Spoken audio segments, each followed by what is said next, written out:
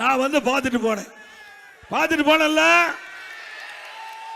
இதுக்கு முதலமைச்சர் சொல்றாரு, அந்த நெல்லாம் கொண்டாந்து அடுக்கி வச்சிருந்தாங்கல்ல வெளியில, நம்முடைய விவசாயிகள் அறுவடை செஞ்சு மூட்டை பிடிச்சு வெளியில கொண்டாந்து விற்பனைக்கு நேரடி கொள்முதலத்தில் விற்பனைக்கு அடுக்கி வச்சிருக்காங்க.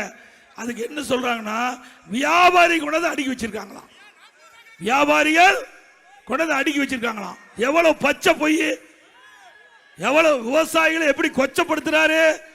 விவசாயிகள் கஷ்டப்பட்டு உழைத்து அவர் ரத்தத்தை வேர்வையா மண்ணிலே சிந்தி இந்த நெல்மணிகளை உற்பத்தி செஞ்சு விற்பனை கொண்டாந்து வச்சிருந்தா இதற்கு தீர்வு காணத்துக்கு வக்கு இல்லை.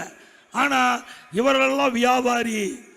எடப்பாடி பழனிசாமி வேண்டும் என்று திட்டமிட்டு அவளை தூண்டி விட்டு அவதூறு பிரச்சாரத்தை செய்வதா சொன்னாங்க. அப்படியே நான் செஞ்சேன். இன்றைக்கு திருவாரூர் மாவட்டம், தஞ்சாவூர் மாவட்டம், மயிலாடுதுறை மாவட்டம், நாகப்பட்டினம் மாவட்டம் விவசாயிகளை சந்தித்து அவருடைய குறைகளை கேட்டு அந்த நெல்மணிகள்லாம் முளைச்சு போச்சு. அவருக்கு அந்த கஷ்டம் அவருக்கு தாங்க தெரியும். உழைத்தவனுக்கு தான் அந்த கஷ்டம் தெரியும். நானும் ஒரு விவசாயி, அதனால அவர் பட்ட துன்பம், ஒரு விவசாயி படுகின்ற துன்பம் ஒரு விவசாயிக்கு தான் தெரியும். ஆனா இப்படிப்பட்ட முதலமைச்சருக்கு தெரியறதுக்கு வாய்ப்பு இல்லை. ஏன்னா அவர் பிறந்த செல்வ சீமையில் பிறந்தவர், அங்க செல்வாக்கில் வாழ்ந்தவர். ஏழை என்றால் ஒன்றும் தெரியாது.